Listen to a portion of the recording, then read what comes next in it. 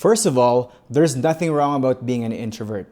But if you feel lonely because you have no social life, then you need to figure out how to be more extroverted and confident. Today, I want to share with you the exact same process that I teach to our clients in our social skills coaching program. They've seen great results with it, so make sure you stick around until the very end. My name is Mike Macapinlac. I help STEM professionals improve their social confidence. If you're new to the channel, remember to subscribe and hit the bell to be notified when I post a new video every single week.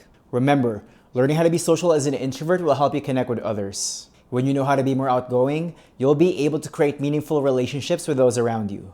That being said, here are 12 actionable tips that you can implement right away. All right, let's get into it.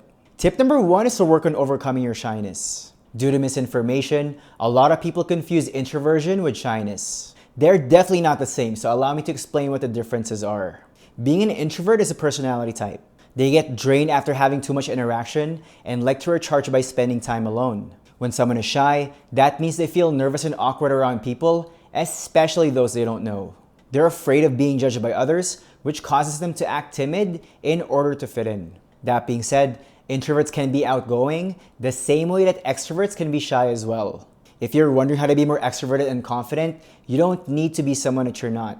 You just need to work on building your social confidence. Remember, you have to talk to people every single day. If you're socially inept, you're severely handicapping yourself from creating more opportunities in your personal, romantic, and professional life. But with the right knowledge and enough practice, you too can figure out how to interact with people better. Tip number 2 is to get out of your head. A lot of people who are shy and introverted tend to overanalyze everything. They freeze up when they're talking to someone because they're too worried about how they're coming across. They often feel nervous, which prevents them from coming up with the right things to say. The truth is, it'll be hard to give off a great first impression if you're not in the moment. If you want to know how to be more extroverted and confident, you need to control the way you think. From my experience, the best way to become more present is to start a meditation practice. Every morning, I recommend you spend some time having a quiet moment to be with yourself. Close your eyes and focus on your breathing for a few minutes. And then pay attention to your thoughts without any judgment. Just watch them come and go. Remind yourself that you don't need to react to any of them. When you do this long enough, you'll be able to slow down your mind and relax your body. You'll experience less anxiety and you'll be able to think more clearly. As a result, you'll feel a lot more comfortable in any social situation. Tip number 3 is to have a growth mindset. In her book, Mindset, Carol Dweck talks about the difference between a growth mindset and a fixed mindset. Those with a growth mindset believe that abilities can be developed with dedication and hard work. They are resilient and view learning as necessary for success. Like I said earlier, you too can figure out how to be more extroverted and confident if you put some effort into it. On the other hand, those with a fixed mindset believe that talents and intelligence are simply fixed traits. Working hard at something is a sign that they're not meant to do it. That being said, which mindset do you think you have? Having awareness about the different types of mindsets is all you need to start making a change. Catch yourself when you're feeling discouraged in your journey to improving your social confidence. Whatever you do, avoid slipping into a fixed mindset at all costs. Make a decision to shift your perspective and choose a growth mindset instead. When you do, you'll figure out how to overcome social anxiety and shyness a lot faster. As a result, succeeding socially becomes inevitable. Tip number 4 is to simplify the process. If you want to know how to be more extroverted and confident, you have to keep things manageable. Otherwise, you're going to feel discouraged and not take any action. The best way to figure out how to put yourself out there is to prioritize your learning. When you do, you prevent yourself from feeling overwhelmed. For example, when you're starting out, just focus on making eye contact and smiling at strangers. Once you're comfortable doing that, say hello and ask them how their day is going. After that, you can learn how to hold a conversation for a few minutes. And then you can figure out how to be witty afterwards. Eventually, you'll be able to go to large events and engage in a group conversation effortlessly. By setting small and easier goals first, you make the whole process less intimidating. You'll see quick wins and you'll feel a lot more inspired to keep going. Tip number 5 is to meet people strategically. As a shy introvert, you have limited energy to socialize. If you're wondering how to be more extroverted and confident, you need to be more intentional with how you connect with others. My recommendation is for you to add a social component to your passions, hobbies, and interests. For example, if you like dancing, take salsa lessons. Join a hiking meetup instead of going by yourself. You can sign up for a painting class if you want to meet more artistic individuals. As you can see, learning how to make friends as an introvert can be enjoyable. You can figure out how to meet people while doing something that you like. That way, you can skip the small talk and jump into deeper conversations much faster. Tip number 6 is to remove your filter. The fear of being judged prevents most people from speaking up. They're so afraid of looking bad that they pressure themselves to say something clever all the time. If you want to know how to be more extroverted and confident, you have to remove your filter. Trust that what you have to say matters and that those around you will want to hear you out. The reality is, everyone's so concerned about themselves anyway. They don't have time to worry about you. Even if you embarrass yourself or say something silly, don't make a big deal out of it. I can assure you that most people would have forgotten about you by the time they get home. That's why you need to stop overanalyzing everything and not care so much. Quiet your inner critic and always challenge your assumptions. By doing so, you'll realize that nothing is ever as bad as you make it out to be. As a result, you'll take more risk and develop your courage. Tip number 7 is to act as if you're charismatic. Your mind and body are interconnected.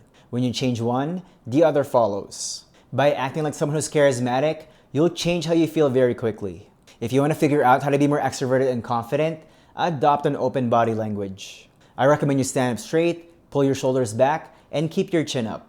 Make sure you smile, keep your arms to your side, and maintain proper eye contact with others. When you look more socially confident, other people will treat you as if you are.